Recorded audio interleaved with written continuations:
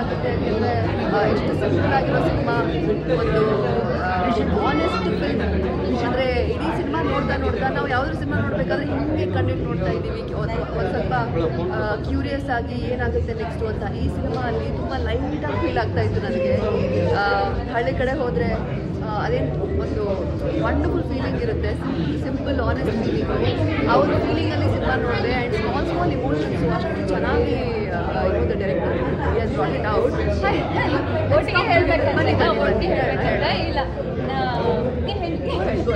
ನಮ್ಗೆ ತುಂಬ ಎಕ್ಸೈಟ್ ಆಗ್ಬಿಟ್ಟು ಒಟ್ಟಿಗೆ ಹೇಳಕ್ ಬರ್ತಾ ಇದ್ದೀವಿ. ಬಲೆವಾರ ಚಿತ್ರ ತುಂಬ ಚೆನ್ನಾಗಿದೆ. ಯಾಕಂತಂದರೆ ಇದು ವಾಟ್ ಐ ಫೀಲ್ ಇದು ಸುಮ್ಮನೆ ಒಂಥರ ಕಟ್ಟಿರೋ ಕತೆ ಅಲ್ಲ, ಹುಟ್ಟಿರೋ ಕತೆ. ಎಲ್ಲರೂ ಊರಿನಲ್ಲಿ ಎಲ್ಲರ ಹಳ್ಳಿಗಳಲ್ಲಿ ನಿಮಗೆ ಕನೆಕ್ಟ್ ಆಗುವಂಥ ಕತೆ. ಬಂದು ನೋಡಿ ಮೇಯ್ನಾಗಿ. ರಜನಿ ಮ್ಯಾಮ್, ನೀವು ಒಬ್ಬ ನಿರ್ದೇಶಕಿ ಇನ್ನೊಬ್ಬ ನಿರ್ದೇಶಕರಿಗೆ ಏನು ಹೇಳ್ತೀರಿ? ಹೊಸ ನಿರ್ದೇಶಕ ನಾವೇನು ಹೇಳೋದಕ್ಕಿರಲ್ಲ. ಈ ಥರ ಒಳ್ಳೊಳ್ಳೆ ಕತೆಗಳು ಬಂದಾಗ ಇನ್ಸ್ಪೈರ್ ಆಗುತ್ತೆ ನಮಗೆ. ನಾವು ನಮ್ಮ ಕತೆಗಳನ್ನೂ ಇದೇ ಥರ ಪ್ರೆಸೆಂಟ್ ಮಾಡಬೇಕು ಅಂತ, ಜನ ನೋಡಲಿ ಅಂತ.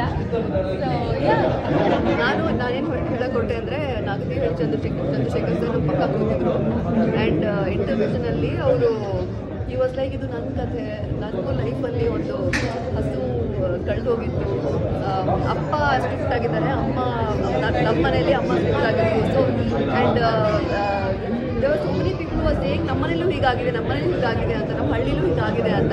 ಆಮೇಲೆ ನಾನು ಬಂದ ತಕ್ಷಣ ಸಿನಿಮಾ ಮೀನಿಂಗ್ ಏನು ಅಂತ ಕೇಳಿದೆ, ಬಲವಾರ ಅಂತ ಏನಂತ ಕೇಳಿದೆ, ಗೊತ್ತಾಗಿಲ್ಲ. ಸಿನಿಮಾ ನೋಡಿದಾಗ ಗೊತ್ತಾಯಿತು ಫೇವ್ರೆಟಿಸಮ್, ಅಂದರೆ ಫೇವ್ರೆಟ್ ಚೈಲ್ಡು ಫೇವ್ರೆಟಿಸಮ್ ಅಂತ ಹೇಳ್ತಾರಲ್ಲ. ಬೆಣ್ಣೆ ಒಂದು ಸುಣ್ಣ ಅಂತ ಆ ಥರ ಇಲ್ಲ, ನನಗಂತೂ ತುಂಬ ಇಷ್ಟ ಆಯಿತು. ಆ್ಯಂಡ್ ಏನು ಗೊತ್ತಾ, ಎಲ್ಲರೂ ಒಂದು ಸಿನಿಮಾ ನೋಡಿ ನಾವೊಂದು ಸಿನಿಮ್ಯಾಟಿಕ್ ಸ್ಟೈಲಲ್ಲಿ ಸಿನಿಮಾ ಮಾಡ್ತೀವಿ, but this is something that is ನೀವು ರಿಯಲ್ ಲೈಫ್ನೇನೋ ನೋಡ್ತಾ ಇದ್ದೀರಾ, ಆನೆಸ್ಟ್ ಆಗಿ ನಿಮ್ಮ ಅಕ್ಕಪಕ್ಕ ಎಲ್ಲೋ ಹಳ್ಳಿ ಹೋದಾಗ ಒಂದು ಚಿಕ್ಕ ಕಥೆ ನಡೀತಾ ಇದೆ ಅಂತ. You feel very light hearted, you feel very honest, simple ಆಗಿರೋ ಸ್ಟೋರಿ. ಬಂದುಬಿಟ್ಟು ಸಪೋರ್ಟ್ ಮಾಡಿ ನೋಡಿ ಸಿನಿಮಾ, ವೆರಿ ನೈಸ್.